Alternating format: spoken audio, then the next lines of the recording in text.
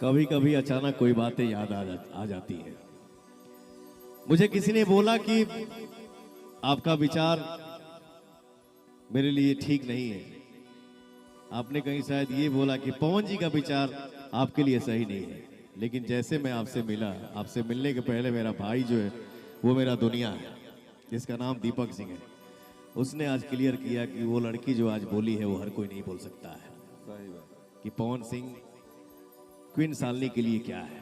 Thank you so much बाबू। क्या है ना, यहाँ ये समाज नहीं बोलूंगा, ये दुनिया प्यार करता है, इसके वजह से हम आप यहाँ खड़े हैं। राजनीति वही करते हैं जो हमारे अपने होते हो, या नहीं तो हम किसी को अपना